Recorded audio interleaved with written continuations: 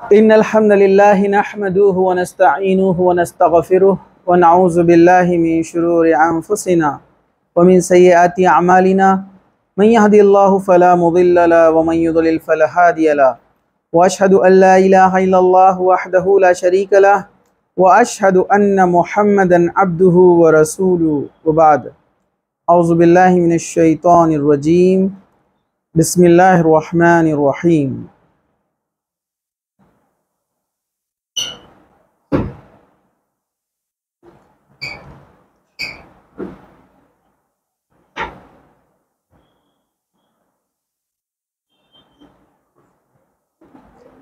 अम हसिब्त अन्न अस्हाबल कहफ़ि वर्रक़ीम कानु मिन आयातिना अजबा। वबाद वक़ाल नबी सल्लल्लाहु अलैहि वसल्लम फ़इन्न खैरल हदीसी किताबुल्लाह व खैरल हदी हदी मुहम्मदिन सल्लल्लाहु अलैहि वसल्लम व शर्रल उमूरि मुहदसातुहा व कुल्लु मुहदसतिन बिदअह व कुल्लु बिदअतिन ज़लालह व कुल्लु ज़लालतिन फिन्नार। वबाद रब्बि इश्रह ली सदरी व यस्सिर ली अमरी वहलुल उक़दतम मिन लिसानी यफ़क़हू क़ौली। अम्मा बाद।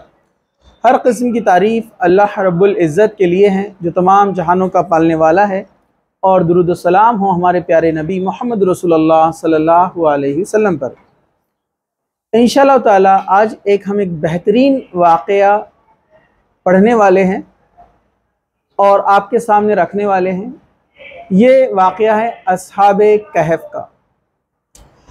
अस्हाबे कहफ़ यंगस्टर्स के लिए, नौजवानों के लिए एक बेहतरीन मिसाल है, एक ज़बरदस्त एग्ज़ाम्पल है जो अल्लाह सुब्हानहू व तआला ने कुरान मजीद में बयान किया। ये नौजवानों का जो अमल था, इनके जो एक्शंस थे, अल्लाह ताला से इनकी जो मोहब्बत और इस दीन के लिए और जो कुर्बानी थी, अल्लाह को इतनी पसंद आई कि अल्लाह ताला ने उनका वाक़या इस किताब में लिख दिया, जो किताब क़यामत तक बाकी रहने वाली है।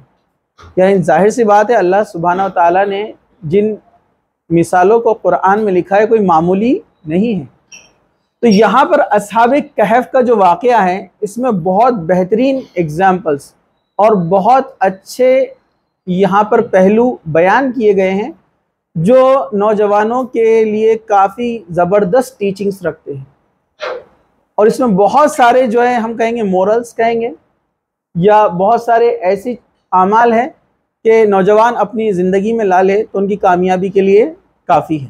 ठीक है, तो यहाँ पर ज़रा गौर से आपको सुनना भी है और गौर से आपको देखना भी है। ज़रा बगौर आप जो है सुनिए ये तमाम चीज़ों को।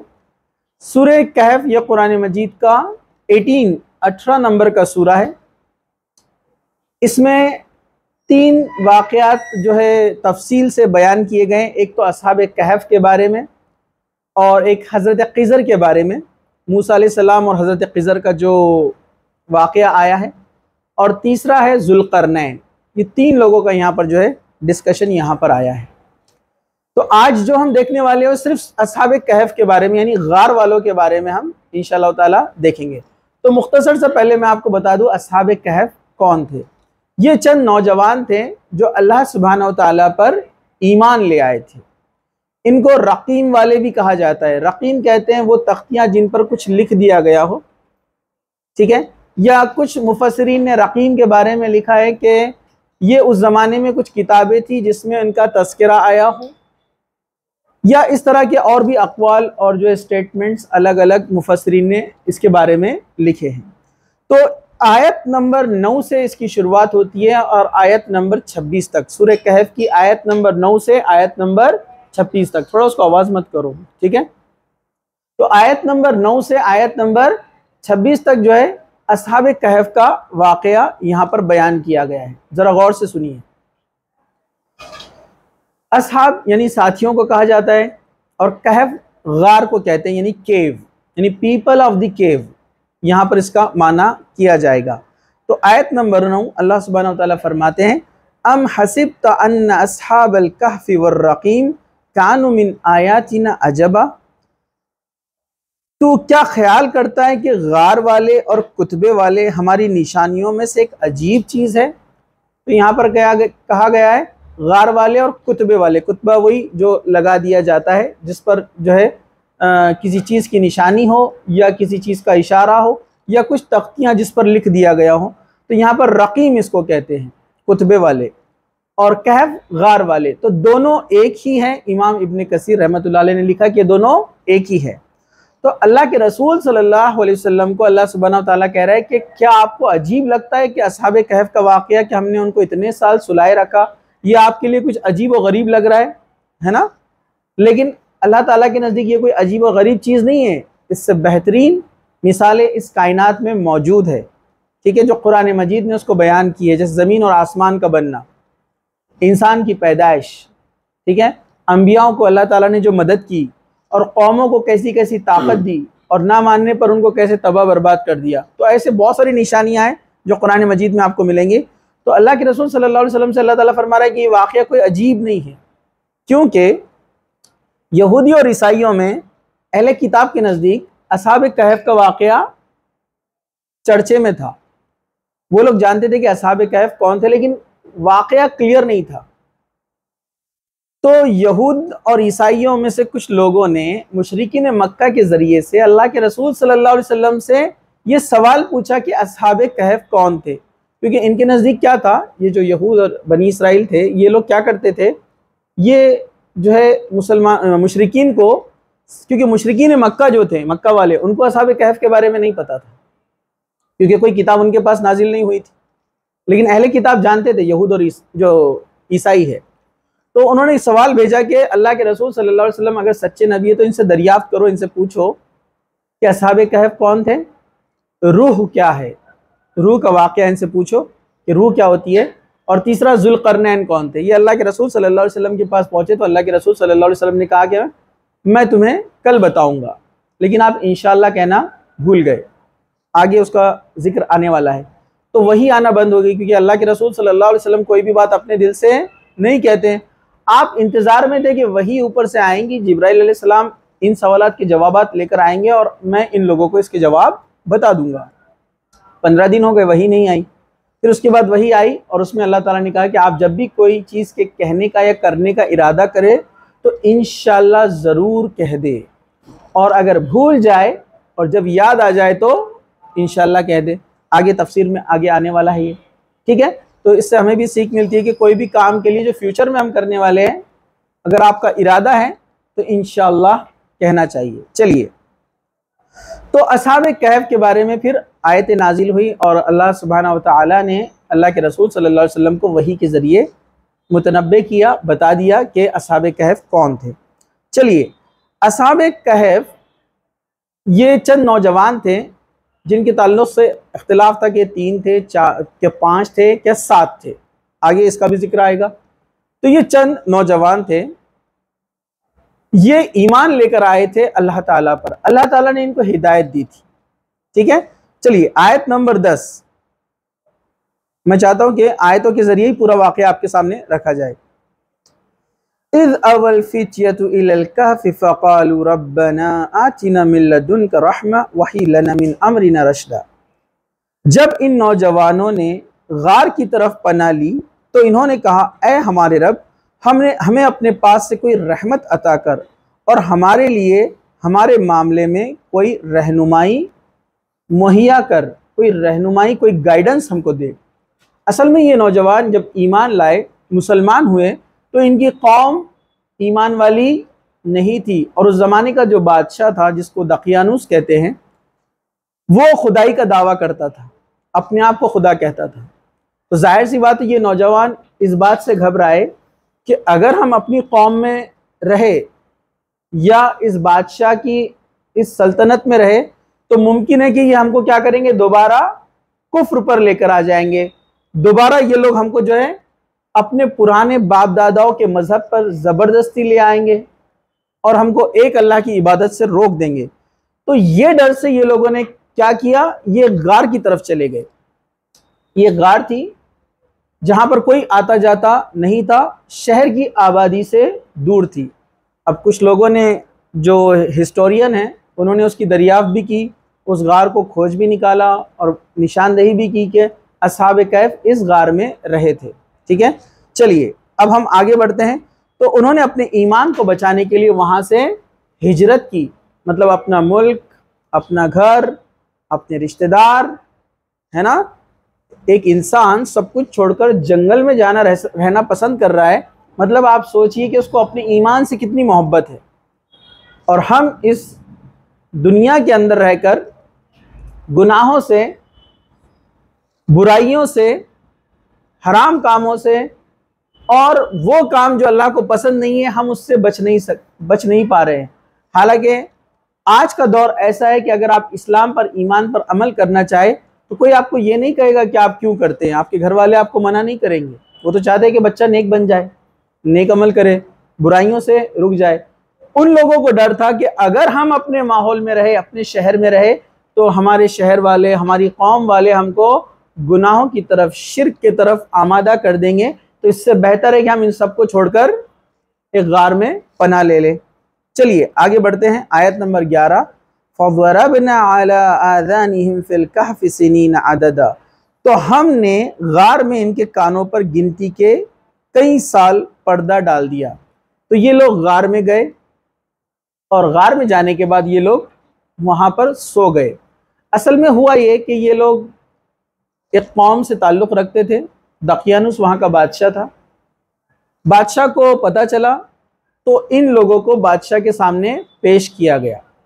इन्होंने बादशाह को दावत भी दी, आगे बात आएंगी कि अल्लाह एक है, ठीक है। और यही बात उन्होंने अपने कौम को भी कही, लेकिन कौम ने मानने से इनकार कर दिया। तो ये इस बात से डरे कि बादशाह हमको क्या करेगा, वापस अपने पुराने मजहब पर ले आएगा। तो ये गार की तरफ चल दिए और अल्लाह ताला से दुआ की कि अल्लाह ताला हमारे लिए मदद फरमा, हमें कोई रास्ता दिखा।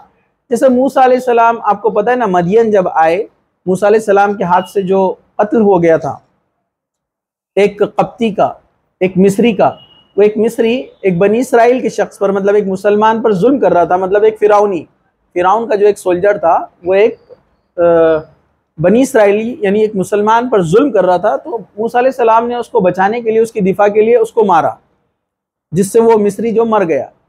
तो उससे डरकर मूसा अलैहि सलाम आए और मदियन की तरफ दौड़ पड़े। मदियन में आने के बाद उन्होंने अल्लाह ताला से यही दुआ की थी कि अल्लाह मेरी मदद फरमा, ठीक है। तो यहाँ पर भी ये लोगों ने अल्लाह सुब्हानहू ताला से क्या किया, दुआ की कि ए अल्लाह हमारे लिए कोई रास्ता निकाल, कोई हिदायत का, और हमें कोई गाइडेंस कर और सीधी राह दिखा।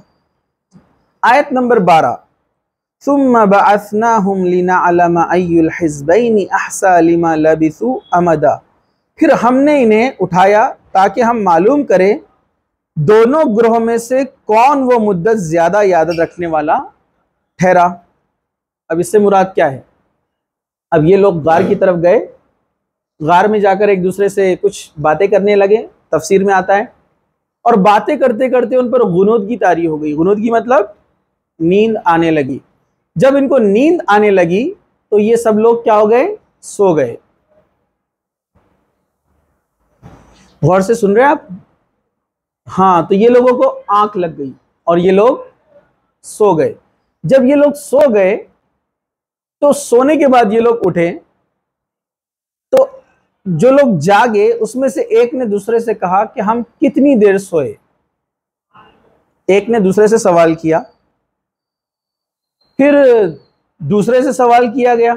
आगे इसका जिक्र आ रहा है, वो क्या कहने लगे, नहनु नकुस्सु अलैका नबअहुम बिल हक़ इन्नहुम फित्यतुन आमनु बिरब्बिहिम व ज़िदनाहुम हुदा। हम तुझसे इनका वाक़या ठीक ठीक बयान करते हैं, बेशक वो चंद नौजवान थे जो अपने रब पर ईमान लाए और हमने इन्हें हिदायत में ज़्यादती दे रखी थी। वाक़या चल रहा है असहाबे कहफ का, और वाक़या चलते चलते अल्लाह सुब्हानहू व तआला बीच में फिर से बयान कर रहा है कि ये है वो वाक़या हम जो तुम्हें ठीक ठीक बयान कर रहे हैं। यहाँ पर अल्लाह सुब्हानहू व तआला ने ये बात इसलिए कही, अहले किताब के यहाँ यानी यहूद और नसरानी जो थे, यानी ज्यूज़ और जो क्रिश्चियंस थे, उनके पास असहाबे कहफ के ताल्लुक़ से बहुत सारे गलत वाक़यात पेश किए गए थे। जैसे उसके कुछ आसार बाद की कौमों में भी बाकी रहे, और आज भी कुछ लोग जो अपने आप को मुसलमान कहते हैं और इनके साथ ताल्लुक़ से गलत सलत बयानी करते हैं। जैसे उस जमाने में भी एक बात मशहूर थी कि अस्हाबे कहफ के नाम भी कुछ लोगों ने लिख लिए थे। अब वल्लाहु आलम वो नाम उन्होंने कहां से लाए थे कि वो अस्हाबे कहफ के नाम क्या थे। और वो क्या करते थे, हर बीमारी के लिए एक अस्हाबे कहफ का नाम लिखते और वो बीमारी उनसे दूर हो जाती, मतलब उसके तावीज बनाते। वो तो शिर्क था, सीधे वो करते थे। लेकिन उम्मत मोहम्मदिया में भी मुसलमानों के अंदर जो अपने आप को मुसलमान कहते हैं, कलमा पढ़ते हैं, ये बुराइयां कुछ मुसलमानों में भी है कि अस्हाबे कहफ के नामों को लिखकर तावीज बनाया जाता है। और वो नाम भी ऑथेंटिक नहीं है, कहां से आए हैं, क्योंकि कुरान ने उनके नाम जिक्र नहीं किए। तो ये अहले किताब से, यहूद और नसरानियों से आया है। और उसके शिरकिया तावीज और कलमात का इस्तेमाल करके वो लोग ऐसा अकीदा रखते थे कि इससे बीमारियां दूर होती है, फला बीमारी दूर हो जाती है। इसलिए अल्लाह ताला ने यहाँ पर क्या कहा, हम आपको ये वाकया ठीक ठीक बयान कर रहे हैं। अब जरा गौर से सुनिए पीछे वाले। हाँ, पिछली बार मैंने ये बात आपको कही थी, दीन की बात जब होती है तो बड़ी सकीनत नाजिल होती है। क्यों? सुकून आ जाता है एकदम। बराबर है कि नहीं है? कंसंट्रेशन बढ़ाइए। इसलिए अल्लाह ताला ने कहा कि हम आपको यहाँ पर ठीक ठीक वाकया बयान कर रहे हैं। ये चंद नौजवान थे जो अपने रब पर ईमान लाए थे और हमने उनको हिदायत में और ज़्यादा बढ़ाया था। अब इससे एक बात और पता चलती है हमको, अल्लाह ताला ने ईमान में उनको ज़्यादा बढ़ाया था। इसकी तफसीर में मुफस्सिरीन लिखते हैं ईमान बढ़ता भी है, घटता भी है। इंसान जब नेक अमाल करता है तो उसका ईमान बुलंद होता है, और जब गलत काम करता है, गुनाह के काम करता है, तो उसका ईमान घटता है। यहाँ तक कि हदीस में आता है इंसान जब गुनाह करता है ना, हराम काम करता है, ऐसा काम करता है जिससे अल्लाह ने मना किया है, उस वक्त उसके दिल से ईमान निकल जाता है। और आप सोचिए ऐसी हालत में इंसान को मौत आ जाए तो कितनी बुरी बात है। तौबा का मौका ना मिले तो कितनी बुरी बात है ना। इमाम बुखारी ने एक चैप्टर भी लिखा है अपनी बुखारी शरीफ में, हदीसों की किताब में, ईमान का बढ़ना और घटना, कि ईमान बढ़ता भी और घटता भी है। तो हम जब नेक अमाल ज्यादा करते हैं ना, हमारा ईमान बुलंद होता है, और जब गुनाहों की तरफ जाते हैं तो ईमान घटता है। तो इंसानों का ईमान, ईमान वालों का भी बढ़ता है और घटता भी है। और अंबियाओं का ईमान हमेशा बढ़ते रहता है, क्योंकि अल्लाह सुब्हानहू व तआला उनको गैब की वो चीज़ें दिखाता है जो आम लोगों को अल्लाह ताला नहीं दिखाता। उन चीज़ों को देखकर उनका ईमान हमेशा बुलंद होते जाता है। और फरिश्तों का ईमान, फरिश्तों का ईमान कांस्टेंट रहता है, क्योंकि वो कोई गलत काम करते ही नहीं, उनको इख्तियार ही नहीं है। जैसे इंसानों को और जिनों को इख्तियार दिया गया ना, ये अच्छाई वाला रास्ता है और ये बुराई वाला रास्ता है, चूज करो, सेलेक्ट करो। अल्लाह ताला ने हमें इख्तियार दिया है। इसलिए तो फरिश्ते ना गलत काम करते हैं ना सही, मतलब सही काम वही करते हैं जो अल्लाह ने उनको हुक्म दिया है, ना उसके आगे जाते हैं ना एक पीछे हटते हैं। उनका ईमान कांस्टेंट रहता है, एक जैसा, मुस्तकिल। ठीक है, लेकिन इंसान का ईमान बढ़ता भी है और घटता भी है। यहाँ पर इस बात से हमें पता चलता है। चलिए आगे चलते हैं। वरबतना अला कुलूबिहिम इज़ क़ामू फ़क़ालू रब्बुना रब्बुस समावाति वल अर्ज़ लन नदअु मिन दूनिही इलाहा लक़द क़ुलना इज़न शतता। और हमने इनके दिलों पर बंद बांध दिया, जब वो खड़े हुए तो इन्होंने कहा हमारा रब आसमान और ज़मीन का रब है, हम इसके सिवा किसी माबूद को हरगिज़ न पुकारेंगे। बिलाशुबा यकीनन हमने इस वक्त हद से, अगर हमने ऐसा किया तो हम हद से गुजर जाने वाले हो जाएंगे।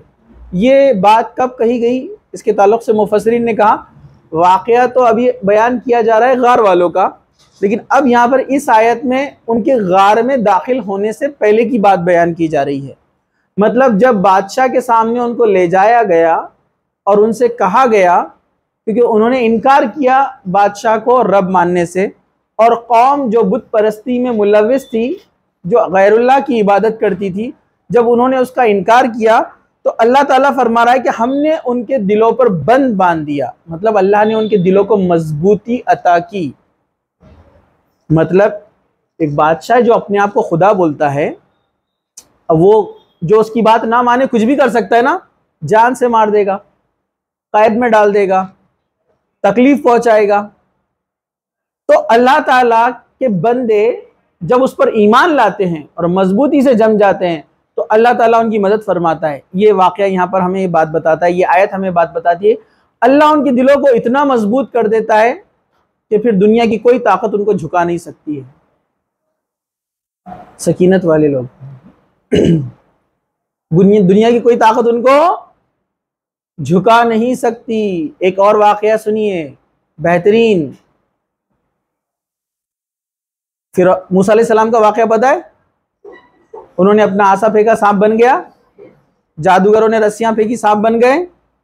मूसा अलैहिस्सलाम का आसा जो था, जो सांप बन गया था, अजदा बन गया था, वो सारे सांपों को निगल गया। सबसे पहले ईमान कौन लाए थे? सबसे पहले ईमान कौन लाए थे? जादूगर सबसे पहले ईमान लाए थे। उसकी वजह यह थी कि जादूगर जानते थे कि जादू क्या होता है और मौजिजा क्या होता था, क्योंकि जादूगरों को पता है ना, जादू का इल्म था ना, मतलब वो अहले इल्म थे, उनको जादूगरी मालूम थी कि रियलिटी क्या है उसकी। वो फौरन समझ गए मूसा अलैहिस्सलाम ने जो आसा फेंका और सांप बन गया है, जादू नहीं है, मौजिजा है। क्योंकि अगर जादू होता तो वो उसको फौरन पकड़ लेते थे ना, क्योंकि बहुत बड़े जादूगर थे वो। लेकिन वो समझ गए कि ये मौजिजा है और सबसे पहले ईमान लाए। अब देखिए, ईमान तो लेकर आए, लेकिन कैसा ईमान लेकर आए, कितना मजबूती वाला, जरा देखो, जरा ध्यान से सुनो। फिरौन क्या बोला? मेरी इजाजत के बगैर तुम ईमान ले आए अल्लाह पर, मतलब मुझे तुम खुदा नहीं मानते हो, और तुमने किया कैसे? अब मैं क्या करूंगा, तुम्हारे दाएं हाथ और बाएं पैर, यानी अपोजिट सिम्त में हाथ और पैर काट दूंगा और तुमको शहर में लटका दूंगा और तुम्हें मरता हुआ छोड़ दूंगा। तुमने ऐसा मेरे इजाजत के बगैर कैसे किया? तो जादूगरों का जवाब क्या था? तू हमारे साथ जो चाहे कर ले, हम तो अल्लाह पर ईमान लाए। देखिए कितना ईमान मजबूत था। जान का उसने जो है धमकी दिया, जान से मारने का, हाथ पैर काटने का, लेकिन वो उनको ईमान पे से नहीं हटा सका। इससे पता चलता है अल्लाह ताला जब किसी के दिल को मजबूती अता करता है तो वो बंदे को दुनिया की कोई ताकत झुका नहीं सकती। असहाबे कहफ का मामला भी वैसे ही हुआ। वो बादशाह के सामने निडर होकर बयान किया कि जो है अल्लाह एक है और हम उसी पर ईमान लाए जो जमीन और आसमान का रब है। और उसके बाद अगर हमने ऐसा कोई काम किया जो अल्लाह ताला की नाफरमानी में हो, यानी अल्लाह के अलावा हमने अगर किसी और को माबूद कहा, तो वो कहने लगे ये तो बहुत हद से गुजरने वाली बात हमने कही। क्यों? ऐसा क्यों कहा असहाबे कहफ ने? क्योंकि उनको पता था कि अल्लाह ताला शिर्क को कभी माफ नहीं करेगा। दुनिया में इंसान की ज्यादा से ज्यादा जान जाएंगी ना, लेकिन शिर्क करके इस दुनिया से चला गया तो कभी जन्नत में दाखिल नहीं हो सकता। इसलिए वो मजबूती के साथ जम गए। और अल्लाह ताला जब किसी को मजबूती अता करता है तो दुनिया की कोई ताकत उसको झुका नहीं सकती। चलिए आगे बढ़ते हैं हम। हाउलाई कौमुना कौमुन इत्तखज़ु मिन दूनिही आलिहा लौला यअतूना अलैहिम बिसुल्तानिन बैयिन फमन अज़लमु मिम्मन इफ्तरा अलल्लाहि कज़िबा।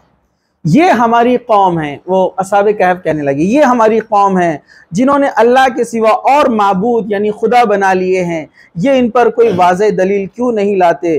फिर इससे बड़ा जालिम कौन है जिसने अल्लाह पर झूठ बांधा हो?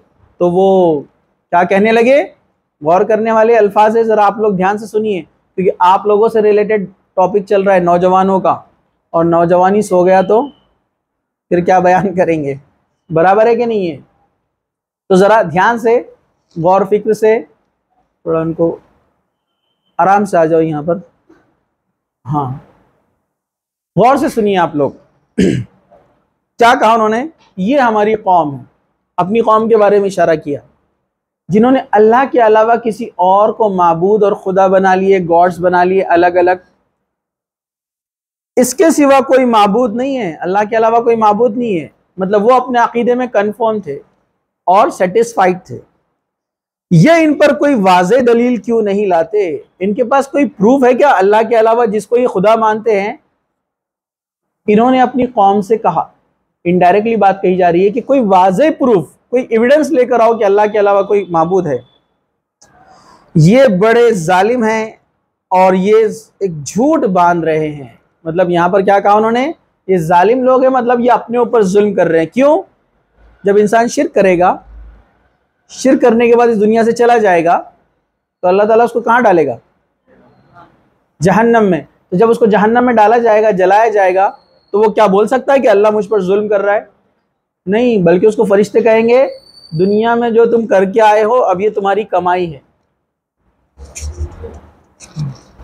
जाओ जाओ, बिल्कुल जाओ, आ जाओ, ऊपर से आ जाओ, इधर से चले जाओ यहाँ से। नहीं कोई बात नहीं, चलेंगे, कोई प्रॉब्लम नहीं, वो खोल दो उधर से, इमरजेंसी में कुछ। हाँ चलिए, हाँ, आगे बढ़ते हैं हम।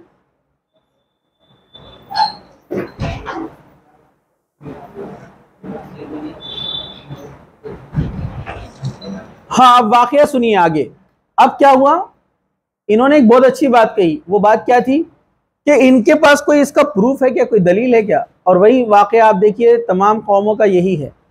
जो कौम किसी खुदा को और किसी को माबूद मानती है, यानी गॉड बोलती है, आप उसको पूछो तुम्हारी किताबों में कहीं लिखा है कि इसके ताल्लुक से? पूछो आप। मतलब मैंने खुद बहुत सारे हमारे दोस्तों से पूछा कि आप इतने सारे खुदाओं के बारे में जो बोलते हैं कि ये फला है, इसकी मूरत ऐसी है, इसकी मूरत ऐसी है, ये कहाँ लिखा हुआ है? मैंने कहा आपकी सबसे ऑथेंटिक किताब वेदास है, तो आप वेदास में मुझे बताइए कहाँ पर इस तरह लिखा है। जबकि मैंने खुद वेदास की कमेंट्री में पढ़ा कि रामानंद तीर्थ जो एक बहुत बड़े स्कॉलर है उनके, वो लिखते हैं वेदा की तफसीर में एक जगह कि जो 33 नाम आते हैं, 33 नेम्स आते हैं गॉड के उसमें अलग अलग वेदास में, ब्रह्मा, विष्णु, महेश। तो वो खुद उनकी कमेंट्री में लिखते हैं कि ये अलग अलग खुदा नहीं है, ये 33 एट्रीब्यूट्स है, सिफात है। जैसे हम बोलते हैं अल्लाह ताला के 99 नाम है, तो वो रामानंद तीर्थ भी लिखते हैं कि लोगों ने बना लिए अलग अलग खुदा, लोगों ने 33 खुदा बनाए, 33, और वो 33 से अब कितने हो गए? 33 करोड़, 33 कोटि।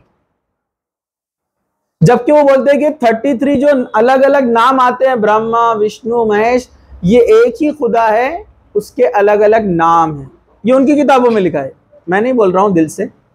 तो मैं इसलिए, देखिए उनके पास कोई प्रूफ नहीं है जिनकी वो इबादत करते। कितनी बेहतरीन बात यहां पर कही इन्होंने, असहाबे कैफ ने। क्या कहा असहाबे कैफ ने?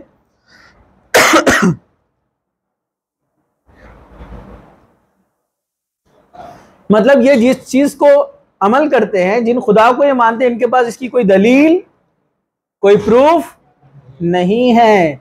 जबकि कुरान एक ऐसी किताब है जो कहती है कि तुम्हारा रब, तुम्हारा अल्लाह इलाहु वाहिद, वो एक ही है जो तुम्हारा माबूद है।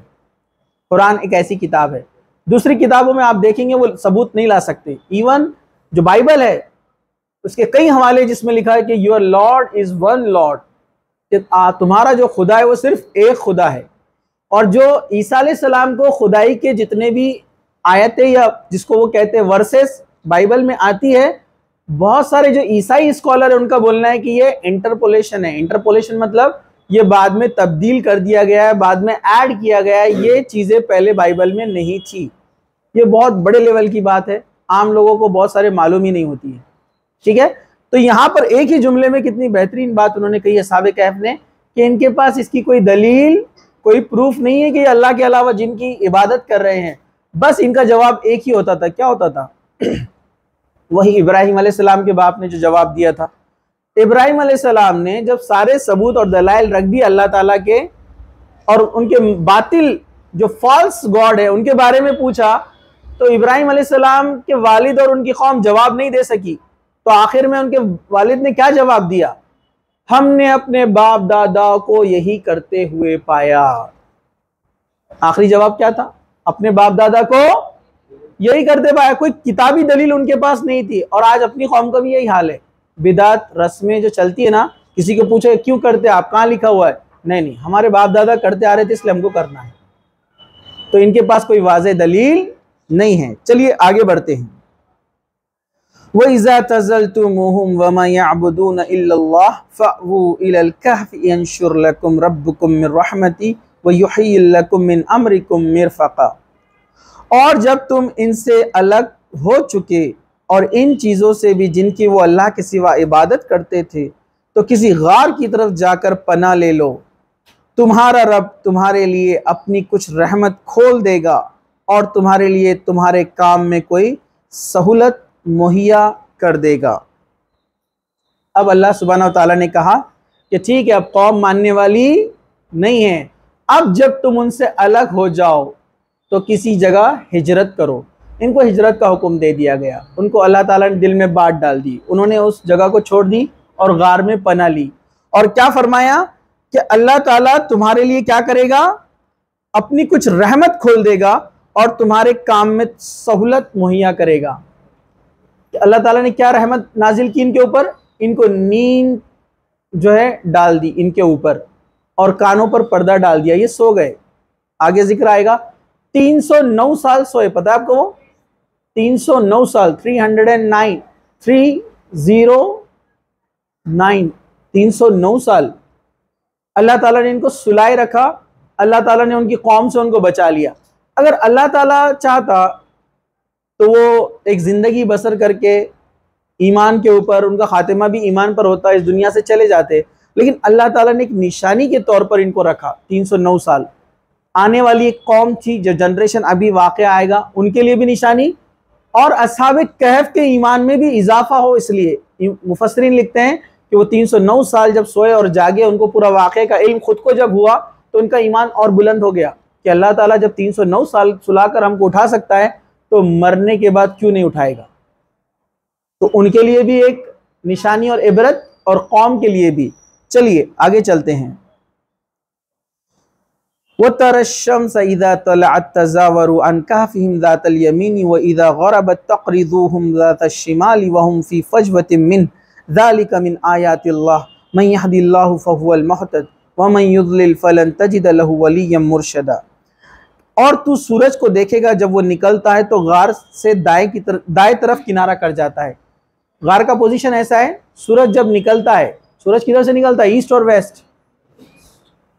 किधर से निकलता है, ईस्ट, मतलब ईस्ट की तरफ उस गार का मुंह है, मुंह की तरफ सूरज से निकलता है, रोशनी उस तरफ है, ठीक है। और आगे क्या फरमाया, और जब गुरूब होता है तो बाएं तरफ को कतरा जाता है, बाएं तरफ जब कतरा जाता है उस तरफ गार का मुंह नहीं है। मतलब अल्लाह ताला ने उनको सख्त धूप से बचाया, और हमको पता है शाम की धूप रोशनी खतरनाक होती है, सुबह की जो धूप है वो फायदेमंद है, बराबर है ना।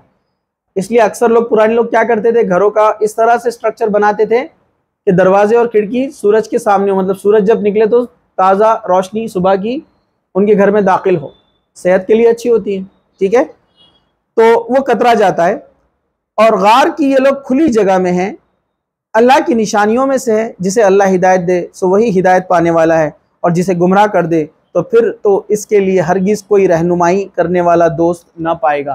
तो अल्लाह ने अपनी रहमत उनके लिए बताई कि अल्लाह ने ऐसे मुकाम चुना गार का कि सूरज जिस तरफ से निकलता था उसका दरवाज़ा था, और ये गार की खुली जगह में थे जहाँ पर अच्छी हवा भी आती थी, मतलब, ठीक है, और शाम की धूप उनको कोई तकलीफ नहीं पहुँचा सकती थी, ठीक है। और अल्लाह ताला इसी तरह मदद करता है उन लोगों की, हिदायत दिखाता है उन लोगों को जिसे अल्लाह ताला चाहता है, और अल्लाह ताला जिसे गुमराह कर दे उसे कोई मदद करने वाला नहीं है। लेकिन एक बात, कुछ लोग गलत फहमी में रहते हैं, अल्लाह हिदायत देगा तो हम सुधर जाएंगे।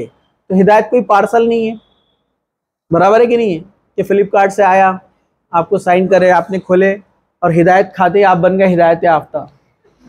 और समझ में आया क्या आपको, क्योंकि मुस्लिम शरीफ की हदीस है, बंदा जब मेरी तरफ चल कर आता है तो मैं उसकी तरफ दौड़ कर आता हूँ। वो एक हाथ आता है, एक बालिश आता है तो मैं उसकी तरफ एक हाथ आता हूँ। अल्लाह ताला का प्रॉमिस है कि आप नेकी की तरफ बढ़िए, कदम बढ़ाइए, अल्लाह ताला उसमें मजबूती अता करता है। आप खुद से गुनाह करने जाएंगे और बोलेंगे हिदायत मिले, तो ऐसे कैसे हो सकता है। अल्लाह ने रास्ते रख दिए, सही और गलत, आप सेलेक्ट करो, आप चुनो। तो ये आपके ऊपर है हिदायत को हासिल करना। बेशक हिदायत अल्लाह के हाथ में है, लेकिन जो बंदा कोशिश करता है तो अल्लाह ताला उसको हिदायत देता है। चलिए आगे बढ़ते हैं हम, आयत नंबर 18, व तहसबुहुम ऐकाज़म व हुम रुक़ूद व नुक़ल्लिबुहुम ज़ातल यमीनी व इज़ा व ज़ातश शिमाली व क़ल्बुहुम बासितुन दिरअई बिल वसीद लवित्तलअत अलैहिम लवल्लैत मिनहुम फ़िरारन वल मुलिअत मिनहुम रुअबा। और तू इन्हें जागते हुए ख्याल करेगा हालांकि वो सोए हुए। मतलब वो जो असहाबे कहफ थे, वो जो लेटे हुए थे, उनकी आंखें खुली थी, जब वो सो रहे थे उनकी आंखें खुली थी, ये तफसीर में आता है। और हम इनको दाएं बाएं करवट पलटाते रहते थे। और एक कुत्ता था जो दोनों हाथ फैलाए हुए उस गार के दहलीज पर यानी उस के किनारे पर बैठा हुआ था। अगर तू इनको झांके तो जरूर भागते हुए इनसे पीठ फेर ले और जरूर इनके खौफ से भर दिया जाए। क्या कहा अल्लाह ताला ने कि उनकी कैफियत देखते हुए अगर कोई इंसान वहां पहुंच जाता तो डर के मारे, घबराहट के मारे वहां से फौरन भाग पड़ता, क्योंकि वो आंखें खुली हुई थी और सो रहे थे और वो करवट भी लेते थे और एक कुत्ता वहां पर बैठा हुआ था जिसकी दहशत से कोई वहां पर टिक नहीं पाता, वो मंजर देखकर कोई वहां पर रुक नहीं पाता। अल्लाह ताला ने यहां पर कहा। अब इसमें बहुत सारे नुकात मुफस्सिरीन बयान करते हैं। एक तो ये कि अल्लाह ताला ने उनकी हिफाजत की कि वो आंखें खुली रखकर भी वो सो रहे थे, उनको पता नहीं चला 300 साल 309 साल कब गुजर गए। दूसरा ये कि अल्लाह ताला उनको करवट बदलता था ताकि वो मिट्टी उनको ना खाए। और हमको पता है ना, जो पेशेंट्स कोमा में होते हैं, ये लॉन्ग टाइम के लिए बेड पर होते हैं, हॉस्पिटलाइज हो जाते हैं, तो डॉक्टर्स क्या मशवरा देते हैं कि उनको करवट बदलवाओ और उनकी मसाज करो, है ना, रबिंग करो, गीले कपड़े से साफ करो, क्योंकि आपकी स्किन जब कंटिन्यू किसी दूसरी बॉडी से कंटिन्यू टच रहेंगी, कपड़े से या किसी चीज़ से या मिट्टी से या फर्श से, तो जख्म होना शुरू हो जाते हैं, डिस्ट्रक्शन शुरू होता है, कोरोजन होता है स्किन में, और मिट्टी तो और ज़्यादा कोरोजन पैदा करती है। तो अल्लाह ताला ने कहा कि ताकि मिट्टी उनके जिस्म को ना खा जाए हम करवट बदलवाते थे। एक बेहतरीन निशानी है। साइंस तो आज बोलती है अपने को कि मुसलसिल अपन इस तरह से अगर रहेंगे तो जिंदा भी इंसान है तो कोरोजन शुरू हो जाता है बॉडी के अंदर, ठीक है। आपको पता है ना, अल्लाह ताला ने बेहतरीन बनाया है हमको। साइंस बोलती है अगर आपकी दोनों उंगलियां अगर आप ऐसे बांध दे किसी टेप से, किसी पट्टी से, और अगर उसको 1 साल अगर आप ऐसे रखेंगे और आप खोलेंगे तो वो जुड़ जाएंगी, स्किन मिल जाएंगी आपस में, आपको ऑपरेट करके निकालना पड़ेगा उसको। तो अल्लाह ताला ने ऐसा बनाया, देखिए हमारे जिस्म को एक से एक निशानियां हैं। तो अल्लाह ने कहा हम उनको करवटें बदलवाते थे, क्यों? ताकि मिट्टी उनके जिस्म को ना खाए। और उनके दहशत का मामला कैसा था उसका जिक्र यहाँ पर किया गया है।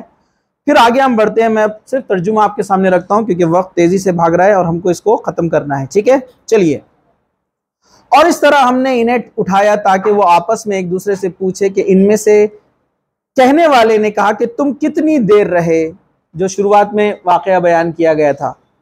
इन्होंने कहा हम 1 दिन या दिन का कुछ हिस्सा रहे। दूसरे ने कहा तुम्हारा रब ज्यादा जानता है कि हम कितना रहे, जितनी मुद्दत तुम रहे हो अल्लाह जानता है। बस अपने में से एक को अपने चांदी का जो है सिक्का देकर शहर की तरफ भेजो। वो कहने लगे फिर वो देखे कि इसमें खाने के लिहाज से ज्यादा साफ सुथरा कौन सा है, फिर तुम्हारे पास इससे कुछ खाना ले आए और नरमी और बारीक बीनी की कोशिश करे, तुम्हारे बारे में किसी को हरगिज मालूम ना हो। ये एक आयत में बहुत सारी बातें हैं, जरा गौर से सुनिए। वो उठने के बाद सवाल किया उनमें से एक ने कि हम लोग कितनी देर सोए। सवाल क्यों किया? कुरान के अल्फाज में गौर करने वाली चीज होती है। तफसीर आप पढ़ेंगे ना तो हमारे दिल और जहन खुलते हैं कि अरे हाँ, क्या बेहतरीन बात यहाँ पर कही गई है। सिर्फ तर्जुमा पढ़ने से समझ में नहीं आती है बात, आप तफसीर भी पढ़ा कीजिए तो हमें और वजाहत होती है। तो जो मुफस्सिरीन होते हैं ना, हमारे लिए वो चीज़ें इसमें से ढूंढ के निकाल के लेकर आते हैं कुरान और हदीस के ख़जानों में से, जो बहुत सारी चीज़ें हमारे डाउट्स में रहती है, कन्फ्यूजन में रहती है। तो ज़रा गौर से सुनिए। पूछने वाले ने सवाल क्यों किया कि हम कितनी देर यहाँ रहे? क्योंकि वो जब जागे तो उन्होंने आजू बाजू का एनवायरनमेंट देखा, टोटल चेंज हो गया था। मुफस्सिरीन लिखते हैं इसलिए सवाल किया कि हम कितनी देर यहाँ पर रहे, क्योंकि सब कुछ अजीब लग रहा है। तो एक ने बोला कि हम आधा दिन का कुछ हिस्सा, एक ने कहा कि शायद पूरा दिन। तो दूसरे शख्स ने कहा कि अल्लाह बेहतर जानता है कि हम कितना वक्त रुके, क्योंकि हालात तो पूरे बदल चुके हैं, एक दिन में इतनी तब्दीली नहीं आती है ना। तो कहा अल्लाह बेहतर जानता है।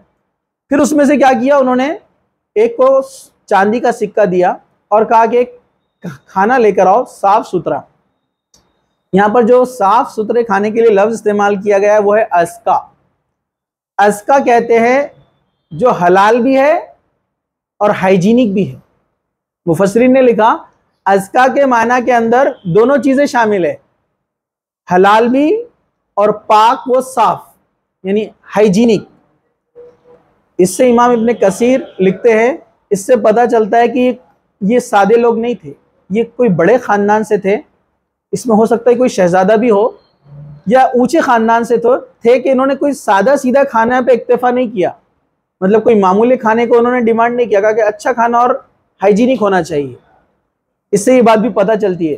ठीक है, दूसरा ये कि उन्होंने कहा कि जो शख्स जाए खाना लाने बहुत एहतियात से जाए, प्रिकॉशन। तो कहा ऐसे समझदार और हकीम लोग थे, वाइस लोग थे, ऐसे ही लोग नहीं थे कोई मामूली।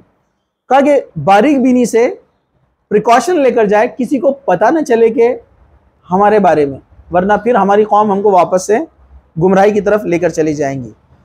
तो वाक़या ये हुआ कि फिर वो वहाँ से गया और वो सामान खाने पीने का लेने के लिए एक दुकान पर गया। फिर आगे क्या बयान किया उन्होंने आयत नंबर 20 में, बेशक वो अगर तुम पर काबू पा लेंगे, अपने बारे में किसी को पता चलने मत दो, क्योंकि अगर उनको पता चल गया तो वो काबू पा लेंगे हमारे ऊपर, यानी वो हमको कैद कर लेंगे और तुम्हें या तो संसार कर देंगे या तुम्हें दोबारा वापस अपने पुराने दीन पर लेकर चले जाएंगे, और इस वक्त हम फिर कभी कामयाब नहीं हो सकते। देखिए, उनको दुनिया से कोई रग़बत ही नहीं थी कि दुनिया में कुछ मिले उनको, दुनिया नहीं भी मिले तो चलेगा, उनका ऐसा था। लेकिन ईमान पे से नहीं हटना है, ईमान का सौदा हरगिज नहीं करना है। फिर आगे बयान करते हैं, और इस तरह हमने इन लोगों को इन पर मुतला कर दिया, यानी उनकी इत्तला लोगों को दे दी, ताकि वो जान ले कि बेशक अल्लाह वाहिद सच्चा है, और ये कि बेशक क़यामत इसमें कोई शक नहीं है। जब वो इनके मामले में आपस में झगड़ रहे थे तो इन्होंने कहा कि हम इन पर एक इमारत बना लेंगे, इनका रब इनसे ज़्यादा वाकिफ़ है। वो लोग जो इनके मामले में गालिब थे, यानी जो रूलर्स थे जिनकी हुकूमत चलती थी, वो कहने लगे हम तो ज़रूर यहाँ पर एक मस्जिद बनाएंगे। अब वाक़या क्या हुआ ज़रा सुनिए। वो आदमी, एक उनका असहाबे कहफ में से, चांदी का सिक्का लेकर एक दुकान वाले के पास गया। जब खाना मांगा और सिक्का दिया, दुकान वाला परेशान, ये करेंसी तो चलती नहीं क्योंकि हुकूमत चेंज हो चुकी थी, 300 साल गुजर चुके थे। तो चांदी का सिक्का देखकर वो परेशान हो गया कि 300 साल पुराना सिक्का इसके पास कैसे आया। उसको लगा इसको कोई खजाना मिला है। कहा कि तुम कौन और कहाँ से हो? वो बोला मैं यहीं का हूँ और कल ही यहाँ से गया था। अब वो दुकान वाला शौक में पड़ गया कि कल ही यहाँ से गया, सिक्का तो 300 साल पुराना है। उसने दूसरे दुकानदार को बुलवाया, सारे लोग जमा हो गए, इनको पकड़कर बादशाह के पास लेकर गए। जब बादशाह के पास पहुंचे तो बादशाह को फिर बादशाह ने उनसे पूरा उगलवाया, उनके साथियों के बारे में मालूमात ली।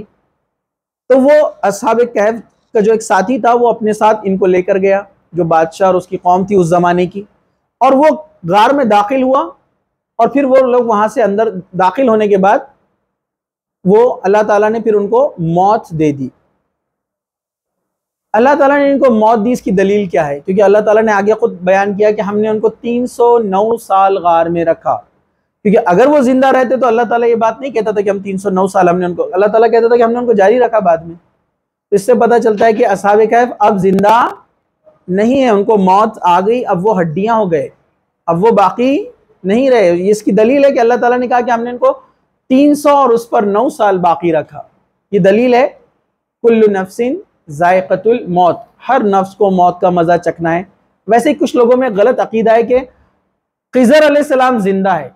जो लोग जंगलों में भटक जाते तो बोले उन्होंने आते और लोगों को रास्ता बताते, मतलब बेचारे अल्लाह के बुजुर्ग नेक आदमी उनको गाइड बना डाले, बोले रास्ता भटक गए तो आकर रास्ता बता रहे। नहीं, कुल्लु नफ्सिन जायक़तुल मौत, हज़रत खिज़र को भी मौत आई। सबसे बड़ी दलील अल्लाह के रसूल सल्लल्लाहु अलैहि वसल्लम को मौत आई, तो दुनिया के किसी इंसान को बाकी अल्लाह ताला ने नहीं रखा है। जो दुनिया में आया है उसको जाना है। ठीक है, तो ये वाक़या फिर इस तरह से हुआ। जब कौम उनके पास गई और पूरा वाक़या जब जाना तो वो हैरत में पड़ गए कि 309 साल अल्लाह ने इनको सुलाए रखा। तो अब फिर क्या हुआ? अब इनमें से कुछ लोग बोलने लगे कि हम क्या करते हैं, गार के ऊपर एक दीवार उठा देते हैं ताकि कोई उनके पास ना जाए। किसी ने कहा कि नहीं, हम इस पर एक मस्जिद बनाएंगे, क्योंकि कोई मुक़द्दस लोग नज़र आते हैं, अल्लाह के वली है, अल्लाह के बुज़ुर्ग है, ऐसा उनका ख्याल रहा। हालांकि अल्लाह के रसूल सल्लल्लाहु अलैहि वसल्लम ने इस चीज़ से मना किया है। हज़रत जुंदब रज़ी अल्लाह अन्हु फरमाते हैं, अल्लाह के रसूल सल्लल्लाहु अलैहि वसल्लम के इंतकाल से 5 दिन पहले, मुस्लिम शरीफ की हदीस है, अल्लाह के रसूल सल्लल्लाहु अलैहि वसल्लम के इंतकाल से 5 दिन पहले अल्लाह के रसूल सल्लल्लाहु अलैहि वसल्लम ने बयान दिया और क्या कहा, ए लोगो, क्या कहा, ए लोगो, तुम लोग यहूद और नसारा की तरह ना हो जाना जिन्होंने अपने अंबियाओं और बुजुर्गों की कब्रों पर मस्जिदें बना दी, इबादत गाहें बना दी। इससे पता क्या चलता है, कब्रों पर मस्जिदें बनाना दुरुस्त नहीं है। ऐसी जगह जहाँ पर कब्र, बड़ी बड़ी कब्रें और कब्रस्तान हो और वहाँ मस्जिद हो अंदर, वहाँ नमाज भी पढ़ना दुरुस्त नहीं है, क्योंकि अल्लाह के रसूल ने सख्ती से मना किया कि ए लोगों, तुम लोग उस तरह मत करना जिस तरह यहूद ने किया, अपने नबियों की कब्रों पर इबादत गाहें बना ली। आज देखिए मूसा अलैहिस्सलाम की कब्र के पास क्या है, इबादत गाह है। आप इराक जाएंगे, हजरत अली की कब्र के पास क्या है, मस्जिद बनाई हुई है। ये सब क्या है, शिर्क है। अल्लाह के रसूल ने सख्ती से मना किया। दूसरी हदीस है मुस्लिम शरीफ की, अल्लाह के रसूल सल्लल्लाहु अलैहि वसल्लम ने फरमाया कि ये सबसे बदतरीन लोग हैं जो अपने अंबियाओं और बुजुर्गों की कब्रों पर मस्जिदें बनाते हैं। तो अल्लाह के रसूल ने इससे सख्ती से मना किया। हजरत आयशा भी एक हदीस की रावी है, तो फरमाती है अल्लाह के रसूल ने इस चीज़ से मना किया गया था, आपने इससे मना किया। तो ये इन्होंने कहा कि हम इस पर मस्जिद बना देंगे। तो इस तरह की लोग जो वहाँ पर अलग अलग बातें करने लगे। आगे चलिए।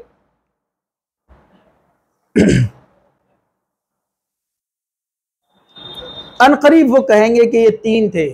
अब उनमें आपस में जो डिस्कशन चलता था उस जमाने में भी और अल्लाह के रसूल के ज़माने में भी, यहूद में जो डिस्कशन था वो क्या था पता है आपको, असहाबे कहफ कितने थे। तो अनकरीब वो कहेंगे कि वो 3 थे, चौथा उनका कुत्ता था, 3 और चौथा कुत्ता। कुछ कहेंगे वो 5 थे और छठा उनका कुत्ता था। इन बिन देखे ये लोग पत्थर फेंकते हैं, मतलब अंदाजे पर निशाने लगाते हैं। कुछ कहेंगे कि वो 7 थे और 8वां उनका कुत्ता था। कह दीजिए कि मेरा रब इनकी तादाद ज्यादा जानता है, इन्हें बहुत ही थोड़े लोगों के सिवा कोई नहीं जानता। मतलब असहाबे कहफ को कुछ लोगों के अलावा कोई भी नहीं जानता कि रियलिटी क्या थी।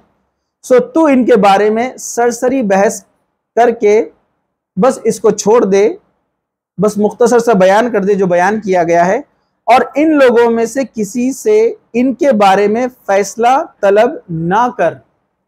गौर से सुनिए, कुछ बोलते थे 3 है, चौथा कुत्ता है। कुछ लोग बोलते थे 5 है, छठा कुत्ता है। तो अल्लाह ताला ने कहा कि ये अटकेल के तीर लगाते हैं, मतलब गेसिंग्स, बस अंदाजे पे, कोई दलील उनके पास प्रूफ नहीं है। फिर आगे अल्लाह ने कहा वो 7 थे और 8वां उनका कुत्ता है, कुछ लोग बोलते हैं। तो मुफस्सिरीन ने लिखा कि पहले वाले 2 स्टेटमेंट को अल्लाह ताला ने डिनाई किया कि ये अंदाजे पे तीर मार रहे हैं, लेकिन जो तीसरा स्टेटमेंट है अल्लाह ताला ने उसको डिनाई नहीं किया। इससे मुफस्सिरीन ने अंदाजा लगाया कि वो 7 थे और 8वां कुत्ता था, लेकिन वल्लाहु आलम, बोलते अल्लाह ने क्लियर नहीं किया ना, इसलिए हमको उसमें बहस में नहीं पड़ना चाहिए। और अल्लाह ताला ने आगे बात भी कही कि असहाबे कहफ क्या थे और जो लोग गलत काम करते थे ना, उनके नामों से बीमारियों को दूर करना और अलग अलग चीजें, गलत अकायद। तो कहा कि तुम इसमें बहस में ना पड़ो लोगों से और ना कोई फैसला दो उनके बारे में, बस जो वाकया हमने बयान किया है तुम उन लोगों तक बयान कर दो। इससे एक बात मुफस्सिरीन ने लिखी है, क्या लिखी है, किसी मामले में अगर इख्तिलाफ हो तो उसके ताल्लुक से जितनी कुरान की आयतें और हदीसें आती है आप लोगों के सामने बयान कर देना चाहिए, और जो बातें बयान की गई हैं वो ज़्यादा कुरान और हदीस से ज़्यादा क्लोज कौन सी बात है वो रखकर अपने मसले को हल कर लेना चाहिए। ज़्यादा बहस में मुब्तला नहीं होना चाहिए। ये मुफस्सिरीन बात बयान करते हैं कि जो भी चीज़ में इख्तिलाफ हो, अल्लाह ताला ने जितना बयान किया उतना बयान कर देना चाहिए। दूसरा ये अल्लाह ताला ने यहाँ पर वाज़ेह किया है कि आप इसमें ज़्यादा मत पढ़िए कि वो क्या थे, कौन थे, कितने थे। क्यों? क्योंकि हमारे आखिरत का हिसाब नहीं है ना। क़यामत के दिन हिसाब क्या होने वाला है, नमाज रोज़े का, है ना, किसी का हक मारा है नहीं मारा है, वालिदैन की खिदमत बराबर है कि नहीं है, रिश्तेदारों का हक। वहाँ ये थोड़ी सवाल होगा असहाबे कहफ कितने थे बताओ। मतलब जो हम उन चीज़ों पे जो है परेशान होते फिरते हैं जिसका कोई सवाल जवाब होने वाला नहीं है, और जिसका सवाल जवाब होने वाला है उसकी फिक्र नहीं करते हैं। तो अल्लाह ताला ने कहा कि आप इसमें ना पढ़े, इसको छोड़ दे, बस जो बयान किया गया है आप उन तक बयान कर दे। आगे बयान फरमाया, और किसी चीज के बारे में हरगिज ना कहे कि मैं ये काम कल जरूर कर लूंगा,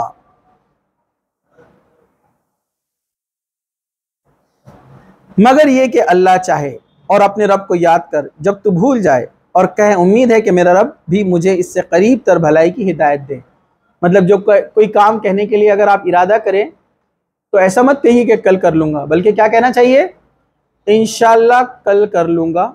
और किसी वजह से आप भूल गए बोलना, तो जब याद आ जाए इंशाल्लाह बोलना चाहिए। इससे पता चलता है कि अगर हम भूल जाए इंशाल्लाह बोलना, तो जब भी याद आ जाए, जैसे आपने कहा कि मैं 2 दिन के बाद ये काम कर लूंगा, लेकिन आप इंशाल्लाह बोलना भूल गए, लेकिन आपको शाम में कल याद आ गया तो फिर इंशाल्लाह बोल देना चाहिए। इसके ताल्लुक से कुछ मुफस्सिरीन ने लिखा है, इंसान इंशाल्लाह 1 साल तक भी बोल सकता है। मतलब आपने कहा कि इंशाल्लाह अगले साल अपने को हज को जाना है, आपको 3-4 महीने के बाद याद आया, लेकिन आपने इंशाल्लाह कहना भूल गए। इंशाल्लाह बोले तो बहुत अच्छी बात है, लेकिन आपने कहा अगले साल हज को जाऊंगा और बोलना भूल गए, 1 महीने के बाद भी याद आया, बोलना चाहिए इंशाल्लाह।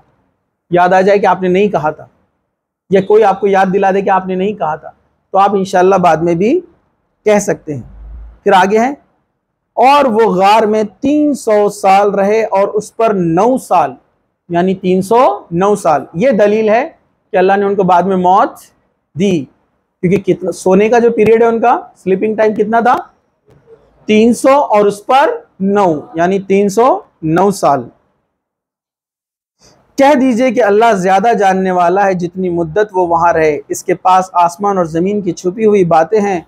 वो किसी कदर देखने वाला है और किसी कदर सुनने वाला है।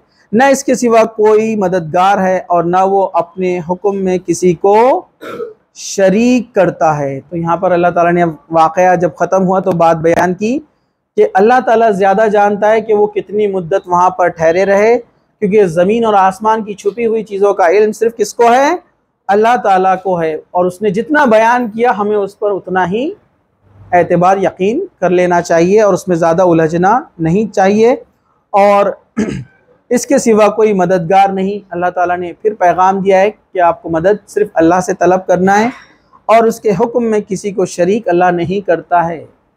ये बात यहाँ पर वाज़ेह होना चाहिए। जो कुछ अल्लाह ताला करता है, फ़ैसले हो या कोई भी मामला हो या किसी चीज़ का हमारे साथ जो गुज़रना हो, जो ज़िंदगी के मामले में हो या हमारे दीन के मामले हो, ये अल्लाह ताला का फ़ैसला जब होता है, उसका जब हुक्म होता है, उसमें कोई शिरकत नहीं ले सकता, उसका कोई भागीदार शरीक नहीं है। ये था वाक़या अस्हाबे कहफ़ का, जिसमें बहुत सारी जो है हमें तालीमात मिलती है। अल्लाह ताला से दुआ है कि अल्लाह सुब्हानहू व तआला हमें कहने सुनने से ज़्यादा अमल की तौफ़ीक़ अता फ़रमाएँ। जब तक अल्लाह सुब्हानहू व तआला ज़िंदा रखे, इस्लाम पर ज़िंदा रखे, ख़ातिमा ईमान पर हो। व आखिरु दावाना अनिल हम्दुलिल्लाहि रब्बिल आलमीन। सुब्हान रब्बिका रब्बिल इज़्ज़ति अम्मा यसिफ़ून व सलामुन अलल मुरसलीन वल्हम्दुलिल्लाहि रब्बिल आलमीन। आप दोनों खड़े हो जाइए। हाँ बोलिए, क्या मसला है? अरे नहीं बोलिए। हाँ बयान कीजिए जल्दी जल्दी।